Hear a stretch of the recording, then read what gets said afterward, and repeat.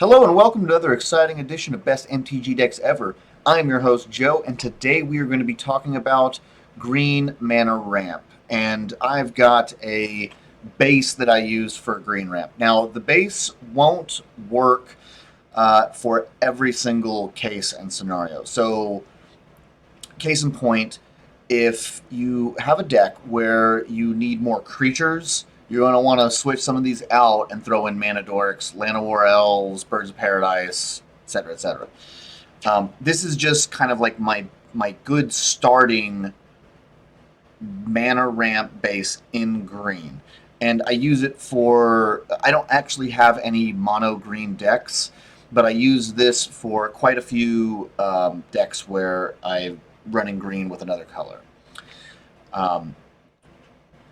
I do this, so this is something that I found. There are several key benefits to the way that I run this, and you'll soon see what I'm talking about. So with this, I typically won't even run Artifact Ramp. It's all green cards. They all pull land from the deck. And one of the benefits to this is that I'm immune to artifact destruction.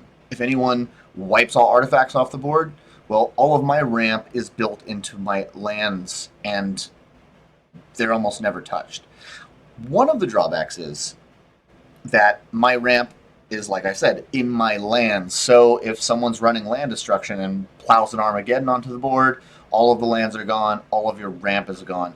However, this is pretty rare. Most people don't run land destruction cards like that in Commander. It's such a social... frowned upon thing to do, to really mess with mana on the board. So yeah, aside, if you're not dealing with someone who's running land destruction, this has the benefit that it can never be hit by artifact destruction. The next thing that I want to say about this, that it has an advantage over running artifacts as your ramp, is that this thins out your deck better.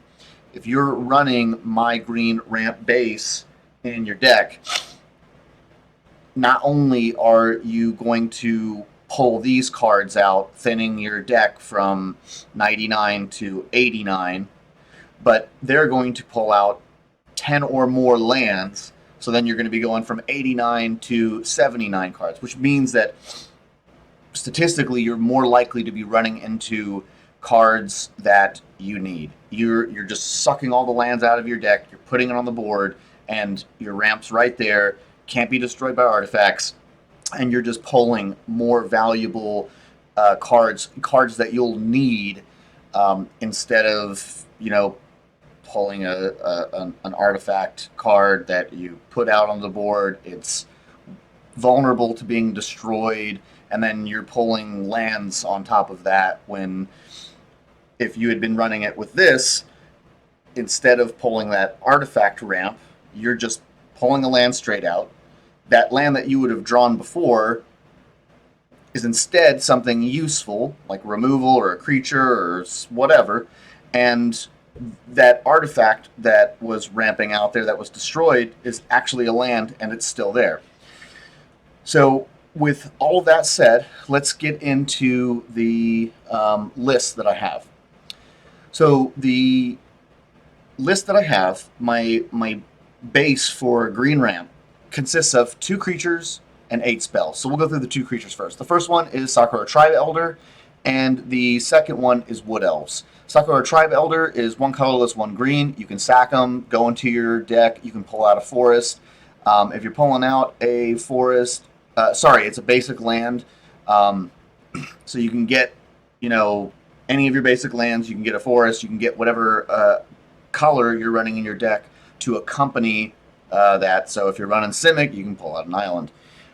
Wood Elves pulls out a forest, so you can be getting Pain Lands, you can be getting duels, and other such goodies like that. Now we're going to be moving into the spells. Spells, the first spell that we got is Farseek. Farseek is 1 colorless, 1 green. Search your library for plains, island, swamp, or mountain card. Put it onto the battlefield tapped, then shuffle your library. Now, here is where we run into kind of one caveat here. If you were running mono green, this card is going to essentially be worthless, so you can just flip this out for a Soul Ring. Bada bing, bada boom, done. Next card is Nature's Lore. 1 colorless, 1 green. Search your library for a forest card, put that card onto the battlefield, then shuffle. Card's not tapped, so you get to use it right away. You're looking for a forest. You got Painlands, Duels, or anything else that actually has forest in the name. Next up, we've got Rampant Growth. 1 colorless, 1 green. Search your library for a basic land card, put that card onto the battlefield tapped, then shuffle. In this case, we're just going to be grabbing a basic, and it's going to be tapped. Next up, we've got 3 Visits. 3 Visits is search your library for a forest card, put that card onto the battlefield, then shuffle your library. Here again, doesn't have to come out tapped, and we can be getting Pains and Duels. Next up, now we're running into 3 mana ramp spells. We've got Cultivate. 2 colorless, 1 green. Search your library for up to 2 basic land cards. Reveal those cards. Put 1 onto the battlefield tapped, the other into your hand, and then shuffle. So if you haven't actually played a land this turn, 1 comes onto the board tapped, 1 comes out untapped, and then you can use it. Next up, we've got Harrow. As an additional cost to cast Harrow, you're going to have to sack a land. Search your library for up to 2 basic land cards, put them onto the battlefield, then shuffle your library. They come onto the battlefield untapped, ready to use. Next up, we've got Kodama's Reach. Search your library for up to 2 basic land cards, reveal those cards, and put 1 onto the battlefield tapped, the other into your hand, then shuffle your library, similar to Cultivate. And lastly, we've got Sky Shroud Claim. This one is a 4 mana ramp spell.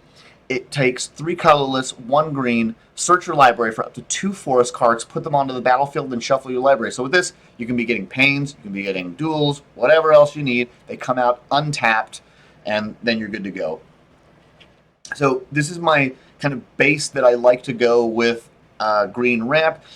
For specific decks, you're going to be pulling some cards in and out. But as a base, it's like, if I'm running green, these 10 cards, plap, go into it. I'm not running artifact ramp unless the deck specifically calls for it. Unless I need that synergy. Unless I need artifacts. Or for some other reason. If for some reason you like to play with people that run land destruction and you know you're going to be going into it, obviously you wouldn't want to do this. You'd want to plow in there with a bunch of other forms of ramp, either mana dorks or artifacts.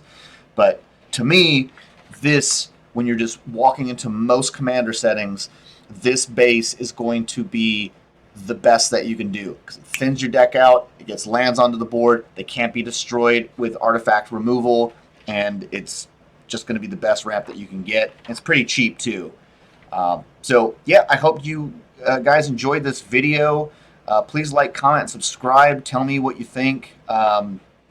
Leave some comments if you have any suggestions about moving stuff in or out, or maybe if you've used this and yourself and you have any comments about that.